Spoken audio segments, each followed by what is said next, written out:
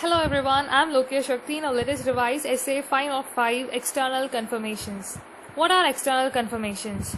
These are nothing but the audit evidences obtained as a direct written response to the auditor from a third party in the form of a paper, electronic or any other medium. So what are the procedures required to be done by the auditor when he carries out such external confirmations? He needs to maintain control over the external confirmation request, which includes determining the information that is required to be confirmed. The determination of the information could be based on the materiality, the inherent and the control risk of the information. He shall verify whether the request sent has been sent to the appropriate authority of the confirming party.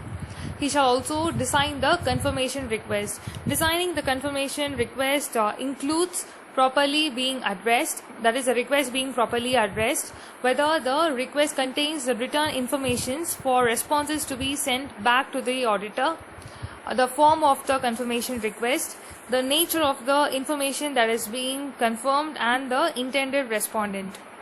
The auditor shall also have control over the follow-up request where it is applicable to such confirming parties.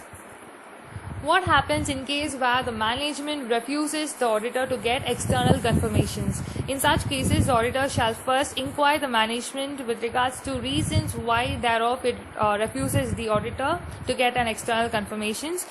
He shall then evaluate the implications of such refusal on various aspects such as the risk of material misstatement, the risk of fraud, the nature, timing and extent of the audit procedures. He shall check into all these aspects with regards to the implications of such refusal. Then he shall perform alternate audit procedures where it is applicable, and when the auditor finally concludes that it is unreasonable for the management to refuse and he is unable to obtain sufficient appropriate audit evidence through alternate audit procedures, then he shall give a modified opinion, that is a qualified or a disclaimer of opinion based on essay 705. Next comes the matter of results of external confirmations. Where the auditor has doubts regarding the reliability of the responses, then the auditor shall perform procedures in order to obtain further audit evidence to resolve this issue. And where he confirms that the responses are not reliable, then he shall look into or evaluate the implications of the same. In case where the auditor does not get any response, then he shall perform alternate audit procedures to obtain relevant and reliable audit evidence. In case where the auditor has determined that the response to a positive confirmation request is necessary to obtain sufficient appropriate audit evidence, and alternate audit procedures will not provide such an audit evidence, then the auditor, in case where he is not able to obtain such confirmation, shall give a modified opinion, that is a qualified or a disclaimer of opinion based on essay 705.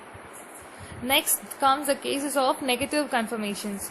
Negative confirmations provide less persuasive audit evidence than the positive confirmations. Negative confirmation request should be used when the assessed level of inherent and the control risk is low, a large number of small business is involved, a substantial number of errors is not expected, and where the auditor has no reasons to believe that the respondents would disagree with these requests. And finally, the auditor shall check the relevance and the reliability of the external confirmations that he has obtained, and where it is necessary, he shall perform further audit procedures. So these are the procedures required to be done by the auditor on obtaining the external confirmations. So these are the points discussed by essay 505 regarding external confirmations obtained by the auditor. So by this we cover the standard. I hope it was useful. Thank you for listening.